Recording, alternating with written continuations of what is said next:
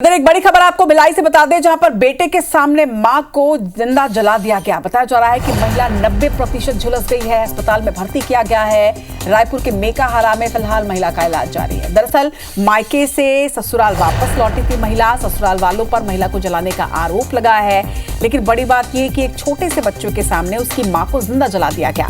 नालंदा से आए नाना के साथ थाने इस वक्त बेटा पहुंचा है। महिला के 15 साल के बेटे ने पूरी कहानी बताई है कि कैसे उसकी मां को उसके सामने जिंदा जला दिया गया। तो बड़े आरोप यहां पर लग रहे हैं। भिलाई की ये खबर है। कोमल धनेश्वर हमारी संवाददाता इस वक्त हमारे साथ जुड़ रही हैं। कोमल, बेहद संवेदनशील ये खबर, एक बेटे के सामने उसकी मां को जिंदा जला दिया गया। क्या बात निकलकर सामने आ रही है? क्योंकि आरोप लगाया जा रहा है कि ससुराल वालों ने जलाया है। क्या विवाद था? किस बात के बाद इस वारदात को अंजाम दिया? क्या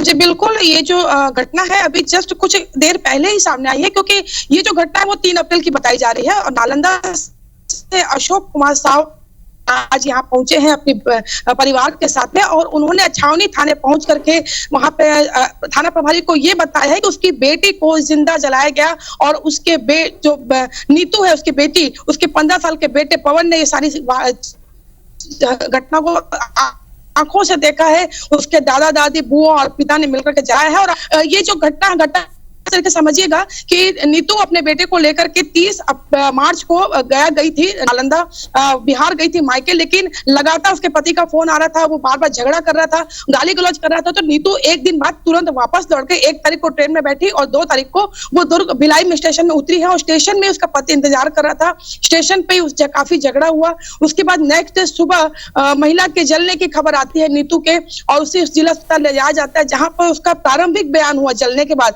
आमतौर पर ये कानूनी प्रक्रिया होती है कि कभी भी कोई महिला जलती है तो उसका बयान लिया जाता है। छावनी पुलिस ने बयान लिया, और उस वक्त बयान में उसने ये कहा कि चाय बनाते समय पल्लू में आग लग गई थी, उसकी वजह से वो जली है। लेकिन आज जब बड़ा खुलासा उस समय हुआ है, जब उसके बेटे ने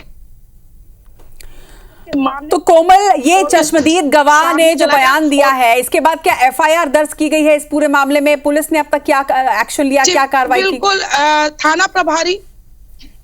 थाना प्रभारी ने अभी शिकायत ले ली है, क्योंकि उसके पिता का यह कहना है कि पति पत्नी में पहले भी झगड़े होते रहे हैं।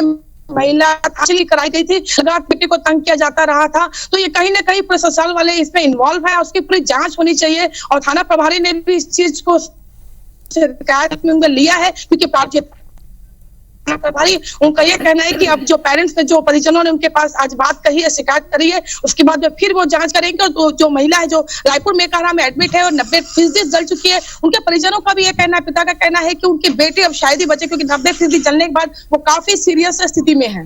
निश्चित तौर पर बड़ी बात है, और देखना होगा कि आखिर किस तरह का विवाद था, किन कारणों की वजह से पति पत्नी में इतना झगड़ा था कि एक महिला को उसके बच्चे के सामने जिंदा जला दिया गया। बड़ा खुलासा यहाँ पर है। पुलिस की कार्रवाई पर भी नजर बनाकर रखेगा। तमाम बातचीत के लिए शुक्रिया आपका कोमल।